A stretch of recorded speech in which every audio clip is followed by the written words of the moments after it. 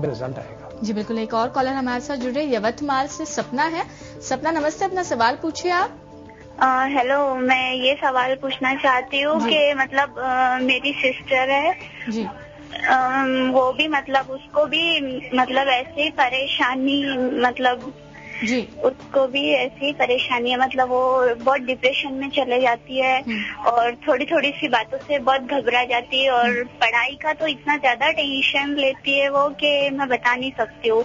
अभी उसकी तबीयत इतनी खराब हो गई थी कि हम लोगों ने मतलब डॉक्टर की ट्रीटमेंट्स भी करवाई है। जी। क्या उन्हें कोई आवाजें सुनाई देती है या उन्हें शक होता है कि कोई उनके बारे में कुछ कह रहा है? कोई उसके आसपास में है, डरती है, वो घबरा जाती है। तो डॉक्टर की ट्रीटमेंट्स भी करवाई है हमने।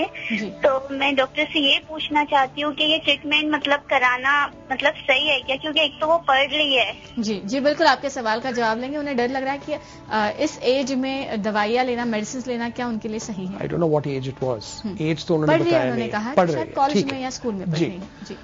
जैसे मैंने बताया था कि द कॉमनेस्ट टाइम जहां पे स्किज़ोफ्रेनिया होती है वो it's actually at the age of about 16, 17, 18। तो मतलब तो कॉमनेस्ट टाइम तो वही होता है, कॉलेज टाइम में होता है। जी।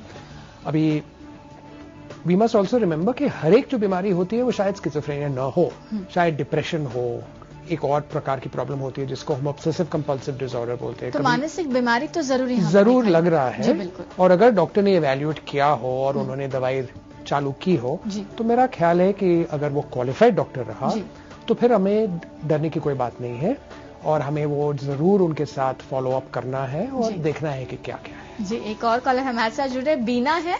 बीना नमस्ते, अपना सवाल पूछिए प्लीज। हेलो। हाँ जी बोलिए। मेरा सवाल है कि मेरी एक भाभी है जी, वो दुबई में रहती है जी, लेकिन वो बोलती है कि मुझे उसको कोई तो इविल पावर है उसके ऊपर जी। तो उसका क्या होता है, उसके अपने आप पर कंट्रोल नहीं होता है कभी कभी जी। क्या वो रिलीजियस गाना गाने को चालू करती है? कुछ काउंसलिंग या ऐसा किया गया है? काउंसलिंग किया है उसने, दवाई भी किया था जी, ट्रीटमेंट लिया था लेकिन उसमें कुछ उसको फर्क नहीं पड़ा। जी। फिलहाल वो दुबई में है? हाँ फिलहाल दुबई में है। जी बहुत बहुत शुक्रिया। आप क्या कहेंगे? कम शब्दों में हम जवाब चाहेंगे, हमारे पास काफी कम समय है यहाँ। ओके।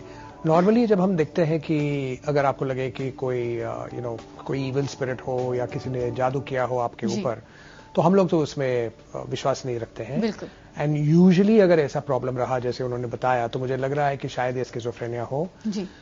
भले उनकी ट्रीटमेंट की गई हो और उनसे फायदा नहीं हुआ हो इतना जितना होना चाहिए था तो शायद दवाई चेंज करे या शायद कभी डॉक्टर चेंज करने से या दवाई चेंज करने से एक और फ्रेश अप्रोच लेने से मेरा ख्याल है कि वो जरूर कंट्रोल में आ सकता है। जी समय पूरा खत्म हो चुका है लेकिन जाते आते एक सवाल जरूर पूछना चाहूंगी।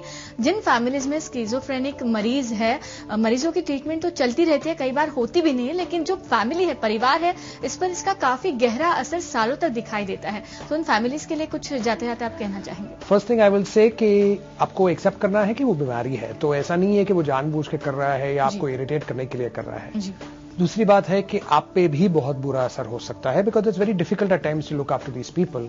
तो आजकल हमारे पास सेल्फ हेल्प ग्रुप्स होते हैं मरीजों के फैमिलीज के लिए। तो अगर आपके शहर में आप ऐसे कोई सेल्फ हेल्प ग्रुप मतलब आप ढूंढ सके या बनाएं तो फिर अगर सब साथ में रहे और एक दूसरे को सपोर्ट किए तो काफी अच्छा हो सकता है। And finally I will say कि we have to be optimistic. 50% of these people do very well, तो हमें यही उम्मीद रखनी है कि हमारे जो रिलेटिव है जिसको ये प्रॉब्लम हुआ है वो 50 पे आए, जो एक बार मतलब ट्रीटमेंट बराबर दिया तो उसके बाद कोई प्रॉब्लम होने वाला नहीं है।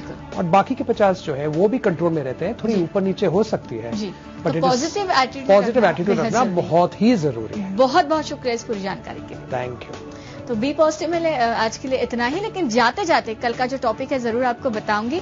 कल हम बात करेंगे सीनियर सिटीजन्स के डाइट के बारे में। जी हम बात करेंगे कि बड़े बुजुर्गों का आहार किस तरह से होना चाहिए, लेकिन कल के एपिसोड में। फिलहाल मुझे दीजिए इजाजत। ताज़ा तरीन खबरों के लिए बने रहिए TV9 के साथ। नमस्कार।